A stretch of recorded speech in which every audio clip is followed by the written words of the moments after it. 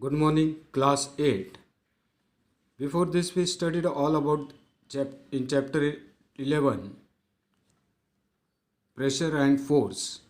Now we are going to start the new chapter, that is friction. And in friction, we will study in detail in this chapter about friction.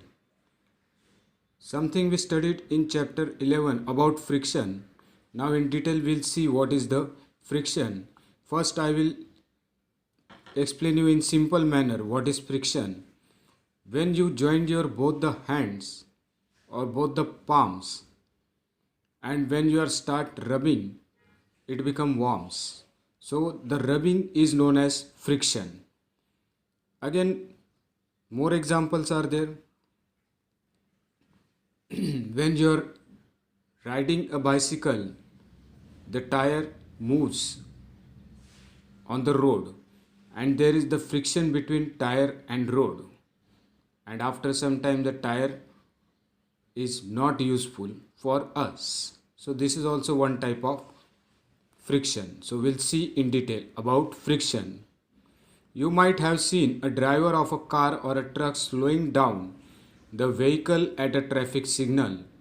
You too slow down your bicycle when you are needed by applying brakes.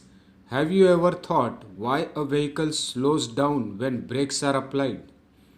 Not only vehicles, any object moving over the surface of another object slows down when no external force is applied on it. Finally, it stops. Have you not seen a moving ball on the ground stopping after some time? Why do slip when we step on a banana peel? Why is it difficult to walk on a smooth and wet floor?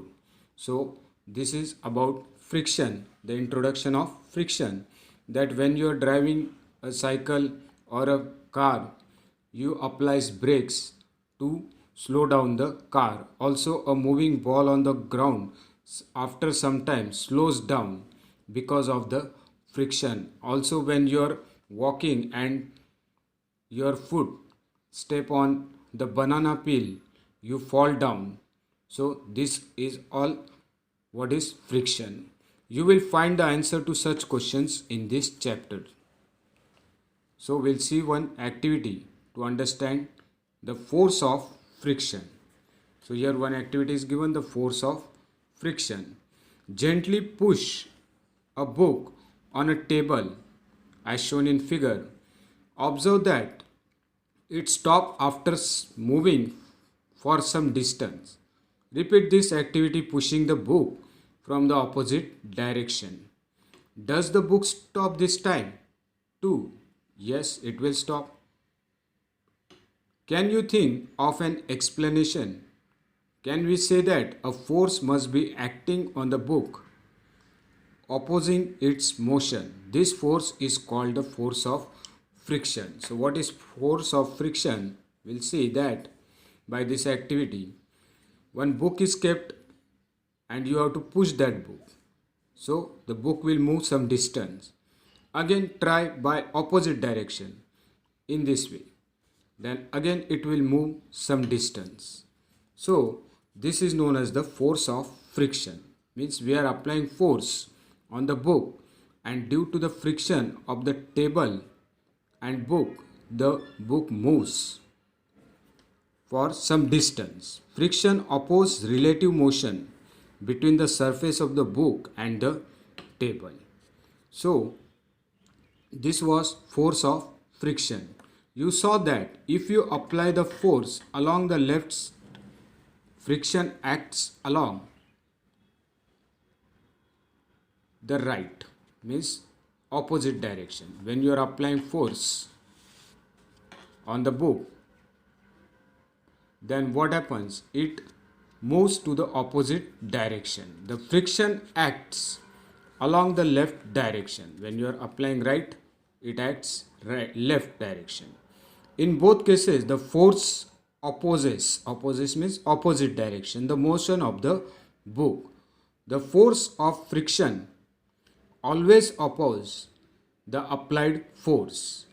In the above activity, the force of friction acts between the surface of the book and the surface of the table. So, this first only I told you the friction between the table and the book is is occurring, and when you are applying force it moves to the opposite direction, means you are applying right, it moves left, that is known as opposes. Is the friction the same for all the surfaces? Does it depend on the smoothness of the surface? Let us find out. So it will not be the same. The friction will not be the same for all the surfaces because all the surfaces are not smooth. Some are smooth, some are rough, some are zigzag. Many surfaces are there, and by this the friction will not be the same. So we'll stop next in next period.